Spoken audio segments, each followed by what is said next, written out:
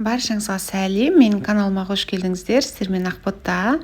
Бүгін сіздермен бірге пряники дайындайтын боламыз. Міндетті түрде осы рецептімен дайындап көріңіздер. Тура дүкендегідей өте дәмді болып шығады, достар. Бірінші кезекте ыдысымызға 3 жұмыртқаны және де 1 жұмыртқаның сарысын саламыз. 1 жұмыртқаның ағын алып қоямыз. Қантты салып, жақсылап араластырамыз. Айранның үстіне сода саламыз, тағы да араластырамыз. Үстіне сұйық май құямыз. Араластырып, жаңағы жұмыртқаның үстіне құямыз. Кейіннен екеуін толықтай араластырамыз. Қолмен араластырсаңыздар да болады, достар. Және де алдын ала өлшеніп қойған ұнымызды салып, араластырып, жұмсақ қамыр илейтін боламыз.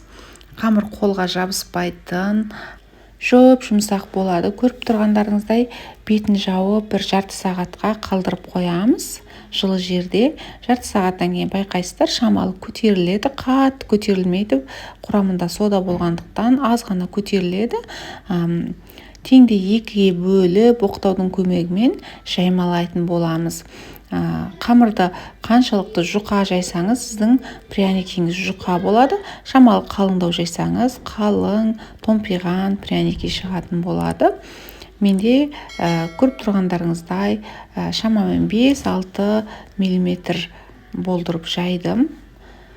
Қатты қалың болғаны ұнамайды. Кейіннен домалақ формамен осылай ойып пряникилерді жасайтын боламыз.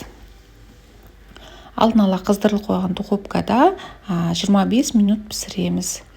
Біздің пряникіміз піскенге дейін бетіне құятын глазурын дайындаймыз. Жұмыртқаның ағына қант ұнтағын салып миксерлейтін боламыз. Екеуі әппақ көбік болғанша миксерлейміз. Біздің пряникилеріміз қызарып пісіп шығады, жұмсақ болады. Қараңыздар. Өте керемет болып пісті.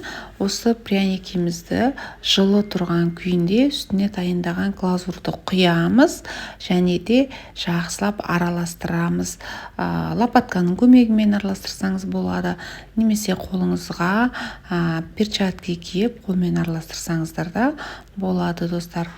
Міне біздің пряникіміз дайын. Өте дәмді және де өте көп шығады. Балаларыңызға жасап беріп, отбасы мүшеңізді қуантсаңыздар болады. Менің каналыма жазылып, лайк басып, комментарий қалдыруды ұмытпаңыздар. Келесі видеода кездескенше сіздермен бірге болған Ақбота.